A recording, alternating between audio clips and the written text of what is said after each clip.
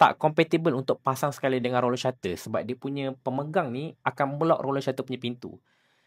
Aku pun dah macam, Allah, aku dah tunggu sini lama, berjam-jam sekali tak boleh pasang lah kan. Actually aku panas jugalah. Tapi tak apa, aku pun malas nak kecoh. Aku pun tanya dengan owner bengkel. Jadi bang, macam mana bang nak buat ni? Apa solusi dia? Lepas tu owner tu pun beritahu tak apa. Dia minta aku untuk pilih balik sport bar yang lain.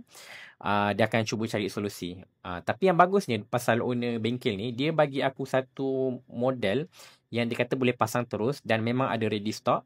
Tapi model ni lagi mahal daripada apa yang harga yang kita orang dah bersetuju lah. Tapi walaupun harga lagi mahal, dia boleh bagi aku dengan harga yang lebih murah berbanding dengan harga asal. So yang aku tahu memang ini mahal lah, walaupun dia tak original. Jadi aku pun rasa macam okey lah, boleh disebabkan ni ready stock dan dia punya bentuk pun aku okey, suka, lebih kurang macam apa yang aku order sebelum ni. Dan